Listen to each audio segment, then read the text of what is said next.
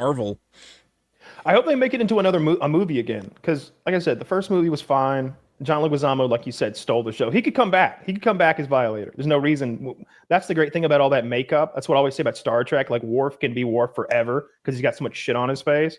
But Leguizamo could come back and be the Violator, and they could do that movie right this time with modern CGI. Because the CGI is really the worst part.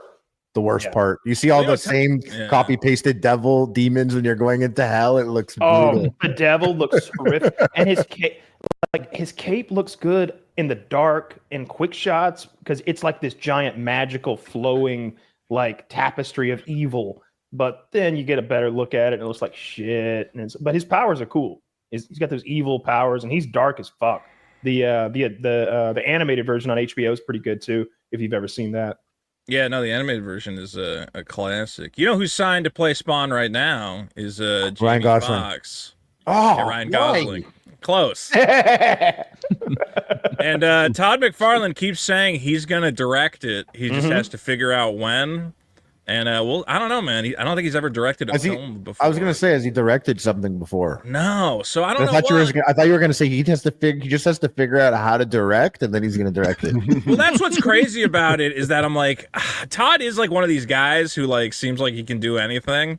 You know, he always claims that he can, but I'm like, I don't know if he should be directing films, man. That seems like Ben Affleck did. He can't. I know for a fact he can't give monologues because I only know of Spawn because Kyle linked me a video of the Spawn TV show once, and it starts with that guy Todd McFarlane giving like that's the best part. Most the least enthused. It's like he's being paid to be there and he's unhappy with the gig, where he's like, "This is Spawn, and I guess I'm okay with it."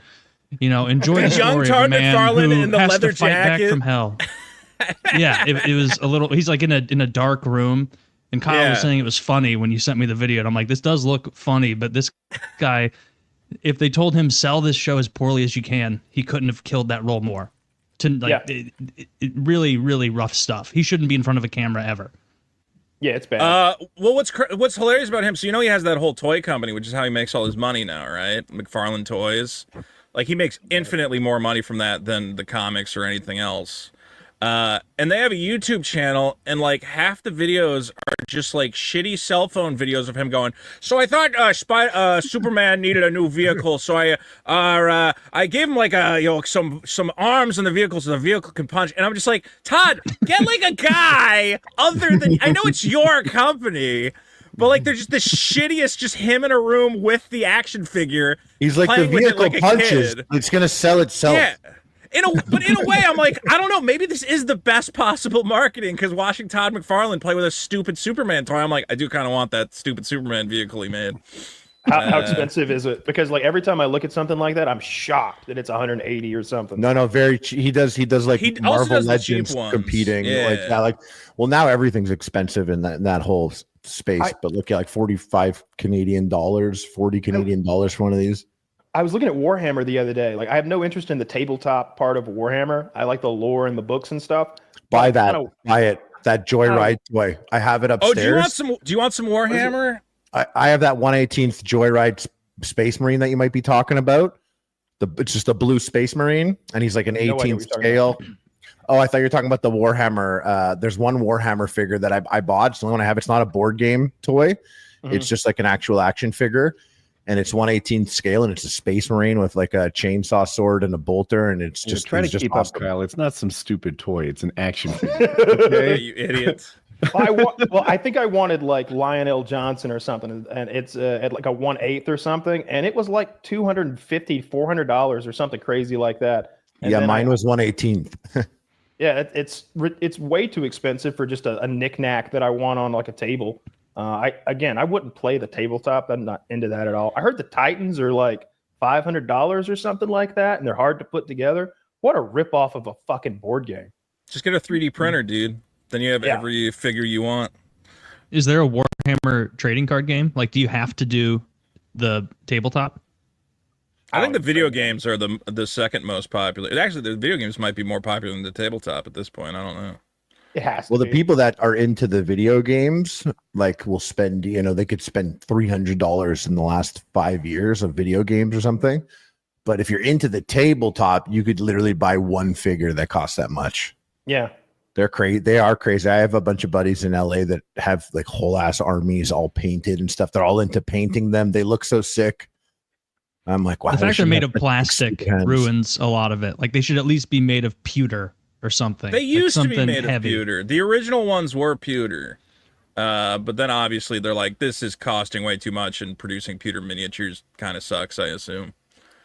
So, there are some guys who only collect the OG pewter ones. That's lame. I don't like them as plastic either. If not pewter, then some sort of like, I don't know. Resin. Yeah, or I don't even know what it is. The stuff where you break it looks like chalk inside. What would that be? Chalk? Maybe that's you want chalk figures. That wouldn't be. Well, but no, it's the same thing. You can take them out like, on the sidewalk and you can like draw stuff with them.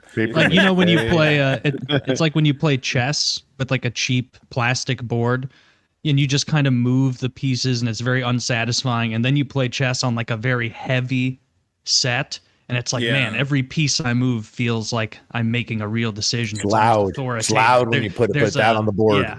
There's an audible click when I hit it into place. That's what you should have, especially if you're spending $200 a piece. That's ridiculous. Sounds like a beautiful woman's high heel spike hitting linoleum. Exactly. That's the sound I want when I'm there with a nerd. And you know what's funny about the tabletop game is I've watched some videos online, and apparently at times there are OP armies, which makes sense. It's a tabletop game. But instead of like Magic the Gathering, where you just see one card and you're like, oh, damn, this guy's playing like standard meta right now. This is going to be annoying. You have to watch a guy spend 40 minutes setting up his OP army that you know is going to destroy you. And you just had to sit there like frowning and being like, well, yeah, but he's gay because he's playing Space Marines. I actually love the lore. That's why I'm playing the orcs, even though I'm about to get rolled here. The boys. Well, you know what?